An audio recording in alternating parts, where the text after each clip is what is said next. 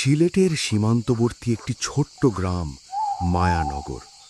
গ্রামের শেষ মাথায় একটা বিশাল জঙ্গল, আর সেই জঙ্গলের মাঝখানে দাঁড়িয়ে আছে এক পরিত্যক্ত জমিদার বাড়ি।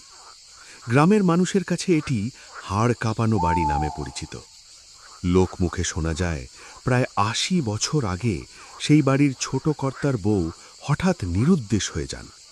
তার নিখোঁজ হওয়ার রহস্য আজও উন্মোচিত হয়নি। অর্ণব একজন শৌখিন আলোকচিত্রী।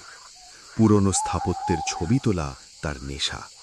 গ্রামের মানুষের মানা সত্ত্বেও সে একদিন বিকেলে ক্যামেরা নিয়ে সেই জমিদার বাড়ির সামনে হাজির হল।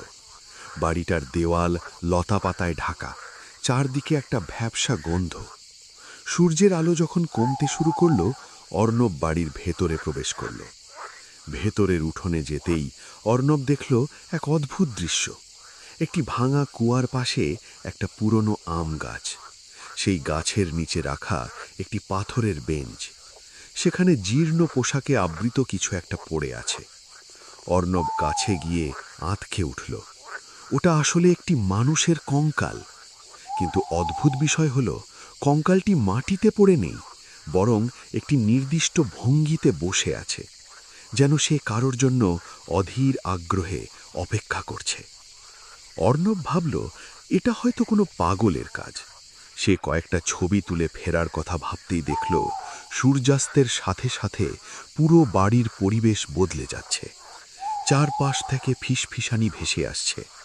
হঠাৎ তার মনে হলো, কেউ একজন তার কানের কাছে শীতল গলায় বলল, সে কি আজ আসবে?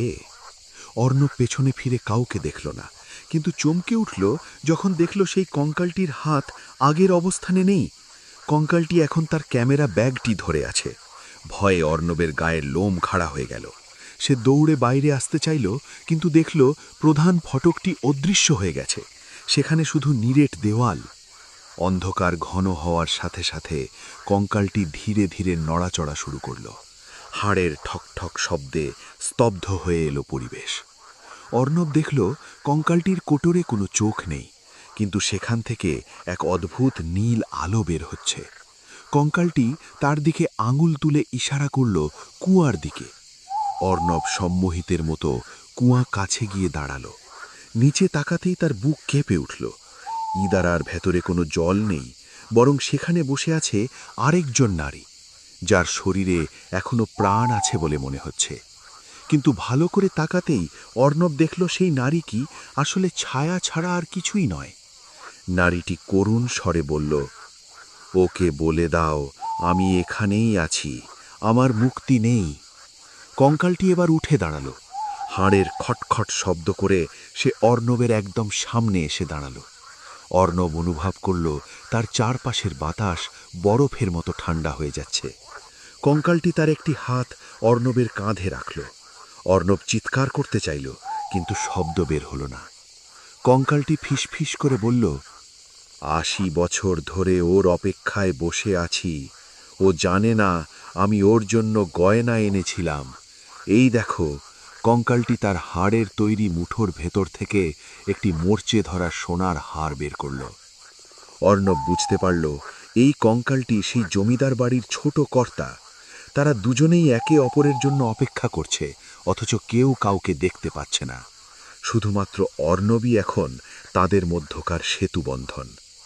অর্ণব সাহস সঞ্চয় করে কুয়ার সেই ছায়াকে দেখালো এবং কঙ্কালটিকে বলল, সে আপনার নিচেই আছে। মুহূর্তের মধ্যে কঙ্কালটি কুয়ার দিকে ঝুঁকে পড়ল। নিচে তাকাতেই সে এক বীভৎস চিৎকার দিল। সেটা না কান্নার না হাসির। এরপর কঙ্কালটি ঝপাত করে কুয়ার ভেতর ঝাঁপ দিল। পরদিন সকালে গ্রামের মানুষ জমিদার বাড়ির সামনে অর্ণবকে অজ্ঞান অবস্থায় উদ্ধার করল। তার হাতে ছিল সেই মরচে ধরা সোনার হারটি। আশ্চর্যের বিষয় হল, অর্ণব যে ক্যামেরা দিয়ে ছবি তুলেছিল তার মেমারি কার্ডে কোনো মানুষের ছবি ছিল না। ছিল শুধু একটি শূন্য বেঞ্চ এবং কুয়ার কিনারে রাখা একটি পুরনো সোনার হারের ছবি। সেই থেকে মায়ানগর গ্রামের মানুষ আর সেই বাড়িতে কান্নার শব্দ শোনে না। শুধু জ্যোৎস্না রাতে কেউ কেউ বলে, কুয়ার পাশ দিয়ে হেঁটে গেলে দেখা যায় দুটি ছায়া হাতে হাত রেখে জঙ্গলের দিকে মিলিয়ে যাচ্ছে।